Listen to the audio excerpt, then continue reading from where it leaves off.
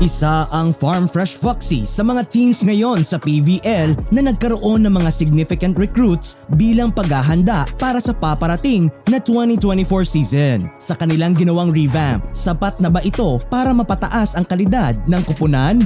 Sa pagdating ng dalawa sa greatest recruits ng team na sila Caitlin Veray at Julina De La Cruz, marami agad ang umaasa na mapapalakas ng dalawang players ang campaign ng Young and Fresh team.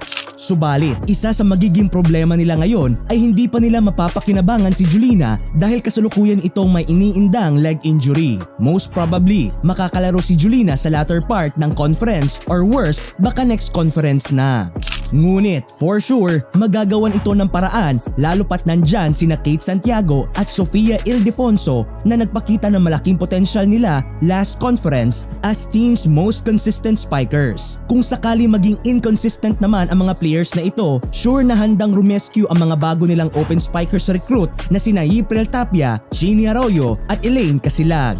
Para naman sa middle blocker position, malaking bagay na napabilang sa team si Jaisel De Los Reyes kung saan alam naman natin ang kanyang significant improve mula nang maglaro ito para sa Charity Go crossovers. Last conference kasi ay kapansin-pansin na solo effort ang ipinakita ni Riza Cruz dahil siya lang talaga ang consistent middle blocker ng team.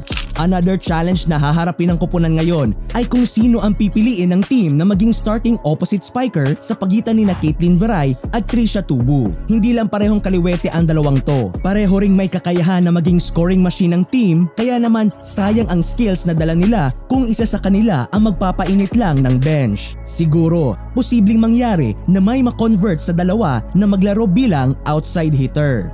Sa likod ng mga pagbabagong ito sa Farm Fresh, makikita natin na pursigido ang kupunan na makipagsabayan sa ibang teams. Subalit, sapat ba ang recruitment efforts nila para maging matagumpay this season? Ano sa tingin mo?